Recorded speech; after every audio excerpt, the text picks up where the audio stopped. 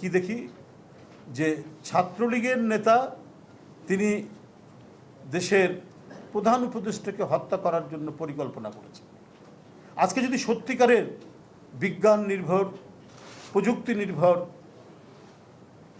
মানে আমাদের শিক্ষা যদি ঢেলে সাজানো হতো, তাহলে শিক্ষার নাম নিয়ে, ছাত্রের নাম নিয়ে একটি ছাত্র সংগঠন থেকে তৈরি হওয়া একটি ছেলে, আপনার আজকেই আপনি খবরের কাগজে দেখুন যে তেজগাঁ ছাত্রলীগের সে সাধারণ সম্পাদক ছিল, যে ছেলেটি ছাত্র নাম ছিল, সে দেশের একজন প্রধান উপদেষ্টাকে হত্যা করার একটা চক্রান্ত সে করেছে এবং সেটার মানে হদিশ পাওয়া গেছে শরীয়তপুর থেকে। কারণটাই একটাই যে 15-16 বছর ধরে আপনার জ্ঞান চর্চা, বিজ্ঞান চর্চা এর মানে কোনো অবকাশ ছিল না বলেই আজকে মাস্তান তৈরি হচ্ছে, আজকে গুন্ডা তৈরি হচ্ছে। ছাত্র নামধারীদের দিয়ে কিভাবে মিছিল ভাঙানো যায়, কিভাবে মিটিং ভাঙানো যায়, এই প্রশিক্ষণ দেওয়া হয়েছে।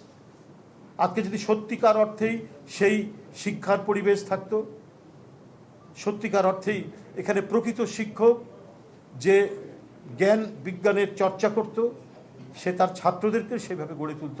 এবং এই যে আজকে এখানে আমি এই ইউনিভার্সিটির ছেলেদের যে মননশীলতা এবং তাদের যে উদ্যম, তাদের যে এগিয়ে যাওয়া, তাদের যে আকাঙ্ক্ষা আমি আজকে দেখতে পেলাম, সেটা আরও বাড়ত, সারা দেশ থেকে ছড়িয়ে যেত।